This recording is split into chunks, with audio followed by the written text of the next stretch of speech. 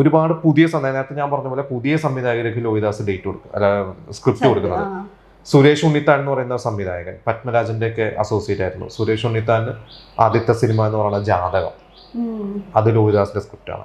അദ്ദേഹത്തിന്റെ രണ്ടാമത്തെ സിനിമ രാധാമാധവം ലോഹിദാസാണ്. ഇതുപോലെ ചകോരം എന്ന് പറഞ്ഞ എം എ വേണു അല്ല ചകോരം എം.എ. വേണുവാണ്. ചകോരം എന്ന് പറയുന്ന ഒരു സിനിമ എനിക്ക് കൊണ്ടുവന്നത് മുരളിയും ശാന്തികൃഷ്ണയാണ്. അതിൽ ശാന്തികൃഷ്ണയ്ക്ക് സ്റ്റേറ്റ് അവാർഡൊക്കെ കിട്ടിയിട്ടുണ്ട്. അത് ലോഹിദാസാണ് സ്ക്രിപ്റ്റ്. അതേപോലെ ആധാരം എന്ന് പറയുന്ന ഒരു സിനിമ ഉണ്ട്, അത് ചിലപ്പോൾ കേട്ടിട്ടുണ്ടാവും. അതിലൊരു പാട്ടൊക്കെ ഭയങ്കര ഹിറ്റാണ്. നമ്മുടെ സുധീഷൊക്കെ ഗീതയൊക്കെ അഭിനയിച്ച മഞ്ചാടി മണി എന്ന് പറയുന്ന പാട്ടൊക്കെ ഉണ്ട്, അത് ലോഹിദാസാണ് സ്ക്രിപ്റ്റ്. അപ്പോൾ എനിക്ക് തോന്നുന്നു ഇതിൽ ഏതൊക്കെയോ സിനിമകൾക്ക് മികച്ച നവാഗത സംവിധായകനുള്ള അവാർഡ് ഈ പറയുന്ന സിനിമകളുടെ ഒക്കെ സംവിധായകൻ കിട്ടുന്നത് അതൊക്കെ ലോഹിദാസിന്റെ സ്ക്രിപ്റ്റ് ആയിരുന്നു.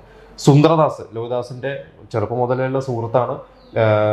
ലോഹിദാസ് വഴി CB മലയിലെ അസിസ്റ്റന്റ് ഡയറക്ടറായ ആളാണ് സുന്ദരദാസും ഇൻഡിപെൻഡന്റ് ഡയറക്ടറായത് സല്ലാമും ലോഹിദാസാണ്. അപ്പോൾ ഈ പറയുന്ന ഇത്രയും സംവിധായകർ സിനിമയിൽ വന്നത് ഒരുപക്ഷെ ലോഹിദാസിന്റെ സ്ക്രിപ്റ്റിന്റെ പിൻബലമുള്ളതുകൊണ്ടാണ് ഇവരൊക്കെ വന്നത്.